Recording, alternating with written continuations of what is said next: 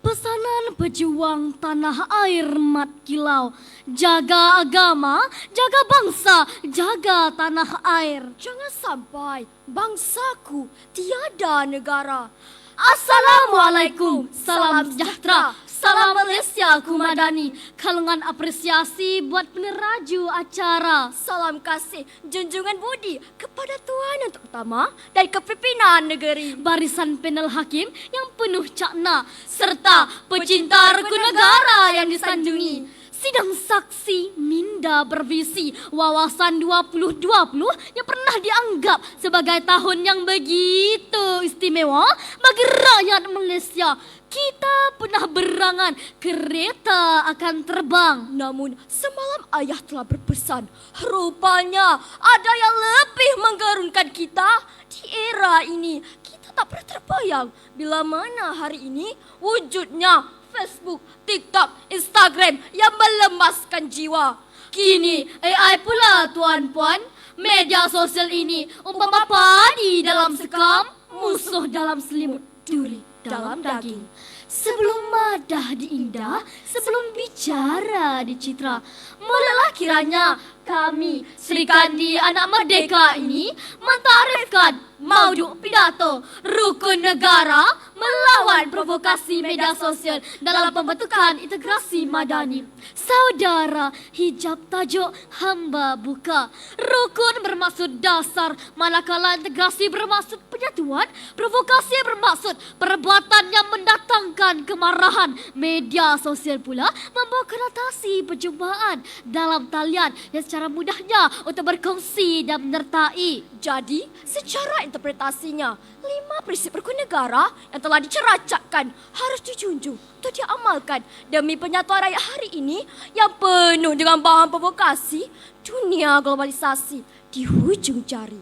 Yang mana 5 prinsip rukun negara itu meliputi kepercayaan kepada Tuhan, Kesetiaan kepada raja dan negara, keluhuran perlembagaan, kedaulatan undang-undang, serta kesopanan dan kesusilaan. Namun sedih warga budiman, hari ini anak muda terarah menjadi selebriti, pempengaruh mengajar like dan share, tetapi tidak pernah memperkasa 5 prinsip rukun negara dalam sanubarinya. Sidang saksi Minda Bestari. Pertama, rukun negara tiang seri, rakyat hemah berkualiti, masyarakat yang rencam, perpaduan perlu kita genggam. Rukun negara kita junjung, rukun negara adalah tiang untuk anak-anak bersandar, bergaul dengan tenang, bermain dengan riang. Penghayatannya, rukun negara bukan sesuatu yang boleh diajar di atas kertas semata-mata, dilafaz di bibir begitu sahaja, tetapi lebih kepada rasa, jiwa dan semangat cinta kepada negara. Timbalan Perdana Menteri Dr. Ahmad Zahid pernah berkata, jangan gunakan isu 3R, raja, religion, race untuk memudaratkan keharmonian masyarakat. Namun, masyarakat Malaysia sentiasa matang dalam tingkah lakunya, berpaksikan kepada prinsip rukun negara yang pertama dengan kerangka mentauhidkan Yang Esa. Kepercayaan kepada Tuhan adalah suatu pegangan. Isu stalking adalah satu pelajaran bahawa sensitiviti agama perlu dipelihara, bukan menjadi gurau senda.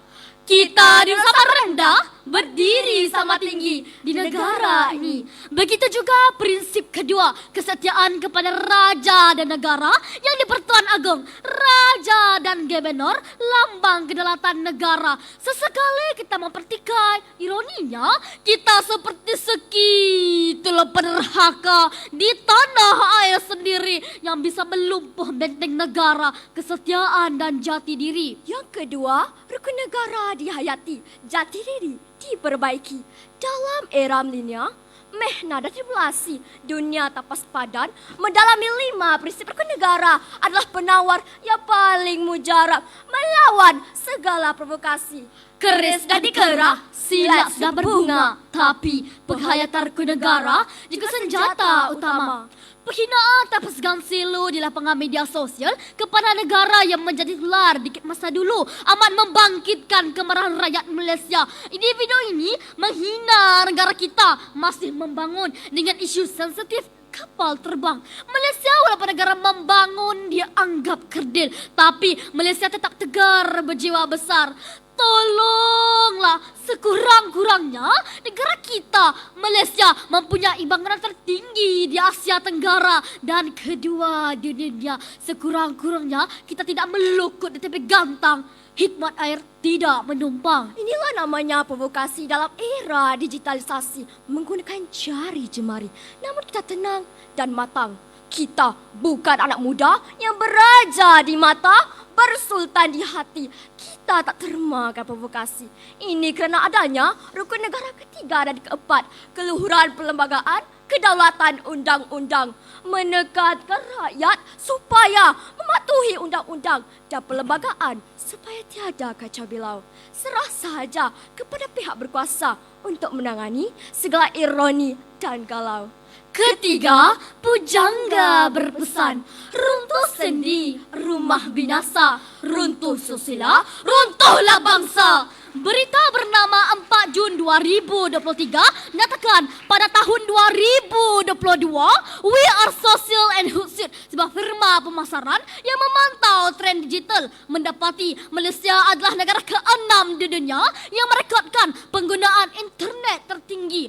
Hal ini yang menyebabkan faktor kemurungan dan kesihatan mental yang amat membimbangkan. Obes, kebimbangan melampau, anxiety, bully cyber, kejadian bunuh diri amat menyesakkan dada. Makanya, prinsip rukun negara yang kelima, kesopanan dan kesusilaan, kita jadikan pegangan kembali ke pangkal. Prinsip kesopanan dan kesusilaan dijadikan sentimen nasional agar menjiwai nilai-nilai murni dalam hidup bermasyarakat.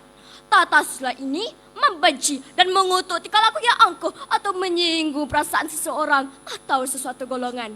Tuntasnya di penghujung bicara, maka tepatlah pilihan tema pidato yang dipertua negeri Melaka. Mahu pendidikan rukun negara, jadikan teras pegangan demi agenda kerajaan. Aspirasi generasi madani kita lahirkan. Sekian, wassalam.